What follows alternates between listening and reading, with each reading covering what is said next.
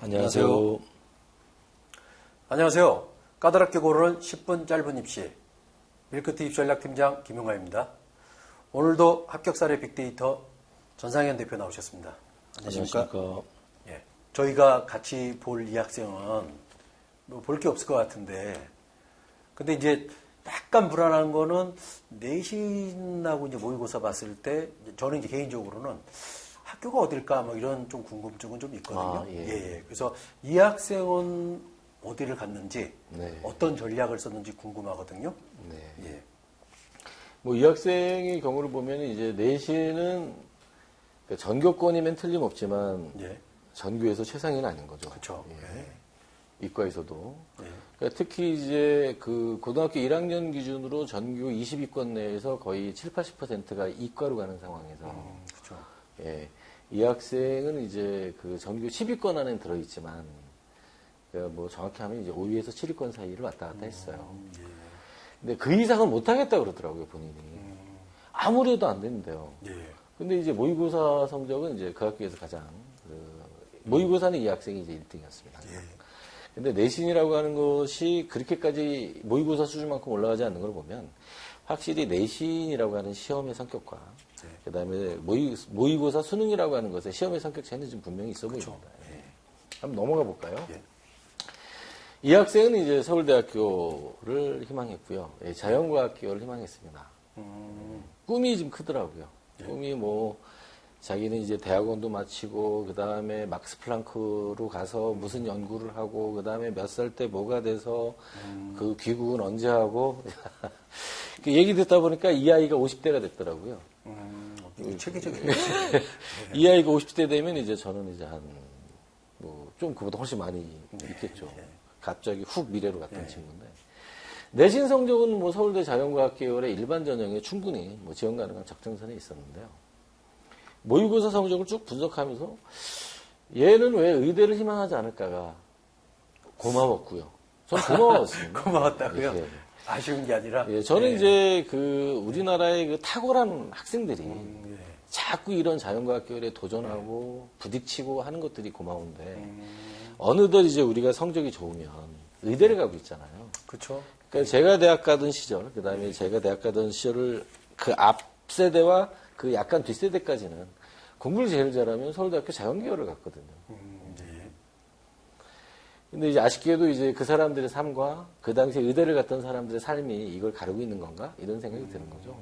그러니까 많은 학생들이 좋은 직업을 찾아 혹은 안정적인 직업을 찾아 의대 진학을 많이 선호하는 걸 보며 이게 좀 안타까운 일이죠. 꼭 그렇게까지 뛰어난 학생들이 안 가도 되는데 의대는.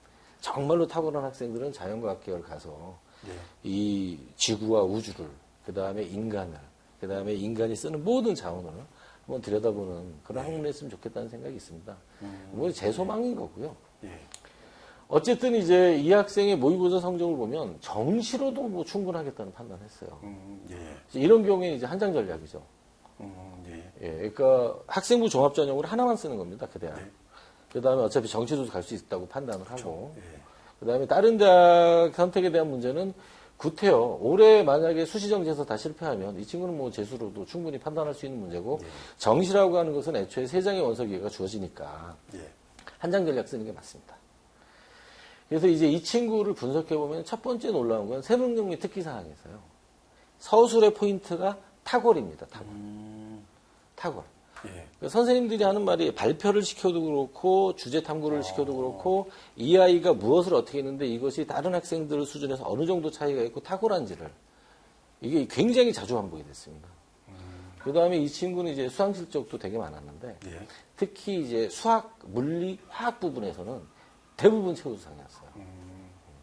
그러니까 거기서는 이제 자기 앞에 자기보다 내신이 좋은 친구들보다도 훨씬 더 탁월했던 거죠. 넘겨보면 이 친구의 수학 성적표입니다.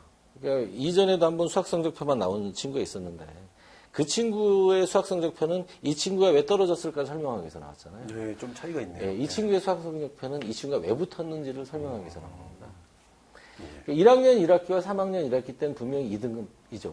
2등급인데 2등급일 때 이 학생의 원점수를 보면 2등급은 2등급인데 1등급이랑 붙어있는 딱 붙어있는 2등급이고 1학년 2학기, 2학년 1학기, 2학년 2학기의 수학 내신을 보면 만점이잖아요, 다. 그렇죠. 네. 그럼 저게 이제 중간 기말과 수행을 합친 성적 아닙니까? 예. 그러니까 이렇게 본다면 이 친구 수학 성적표를 통해서 확인할 수 있는 건 하나죠. 이 친구는 수학을 잘한다가 아니라 수학을 탁월하다는 거죠. 예. 그러니까 이제 이전에도 한번 그 1.24 내신을 가졌던 친구 때도 내가 이게 사례 분석을 하면 설명했지만 그 학생의 경우에는 이제 89점, 87점, 91점 이런 식의 1등급이었잖아요. 그러니까 그 고등학교에서 수학을 잘하는 학생. 으로 평가가 된 거고 이 학생 같은 경우는 수학에 탁월한 학생으로 평가가 된 겁니다. 요것이 이제 승부를 갈랐던 포인트죠. 그렇죠. 그래서 이 학생은 그 흔히 이제 서울대학교가 사용하는 그러니까 표준 편차분의 자기 점수 빼기 평균 점수. 이제 보통 이제 Z값이라고 부르는데 이 Z값에서도 항상 이제 유리한 내신 구조를 갖고 있었어요. 거기다가 새벽연구 특기사항의 기조가 탁월이었잖아요. 그 다음에 수학 실적도 대부분 최우상이었고. 그러니까 이 친구는 이제 그거에 걸맞게 자기소개서도 자신감이 되게 넘칩니다. 그러니까 자기소개서도 이 친구의 1번이 그 굉장히 볼만했었는데, 자기가 수학과 화학 시간에, 수업 시간에 들었던 궁금증을 해결하기 위해서 책을 찾고 테드를 찾고 이런 과정이 굉장히 자세히 나와 있거든요. 그리고 그 수업 시간에 그 궁금함을 이걸 통해서 해결하고 그걸 이제 다시 보고서로 제출하거나 발표하는 모습이 들어 있습니다. 결국은 이제 그 가장 좋아하는 자기소개서잖아요. 궁금증의 출발이 수업이었다. 그리고 그 궁금증을 해결하는 과정은 수업 이외의 것에서 찾았지만 그리고 그걸 마무리 짓는 형식이 또한 수업이었다. 이런 곳에서 상당히 이제 긍정적인 평가를 받았던 학생이죠.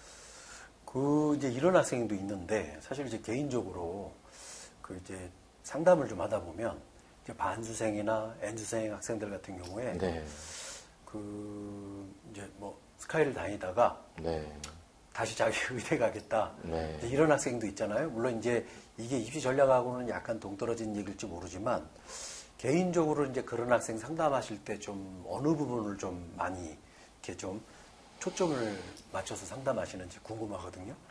그래서 이제 고3 때 상담할 적에 미리 못을 박습니다. 확실히 안 갈 거냐. 그러니까 이 학생의 경우도 거기에 해당되는 거죠. 확실히 자연과학 갈 거냐. 후회하지 않을 거냐.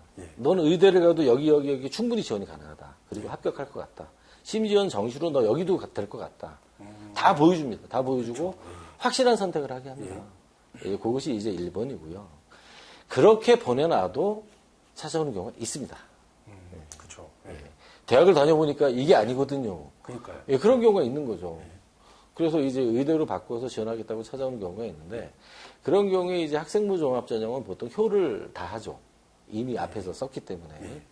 그러면 이제 결국 정시 가능성과 논술 가능성 두 가지에 주목해서 전 보게 됩니다.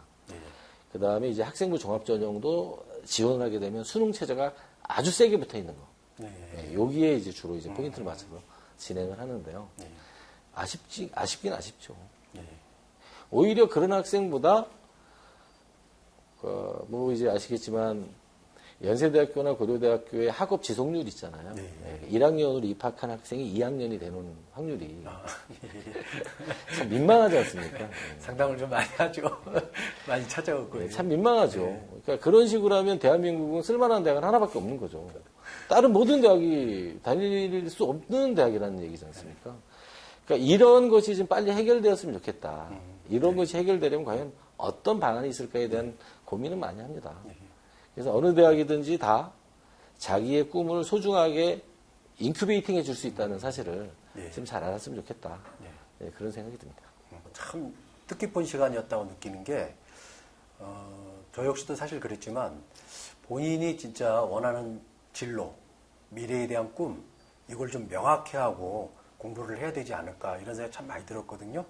오늘도 좋은 말씀 감사합니다. 감사합니다. 자, 수험생 여러분, 오늘도 건강한 수험생활로 원하는 대학에 합격하시길 바랍니다. 감사합니다.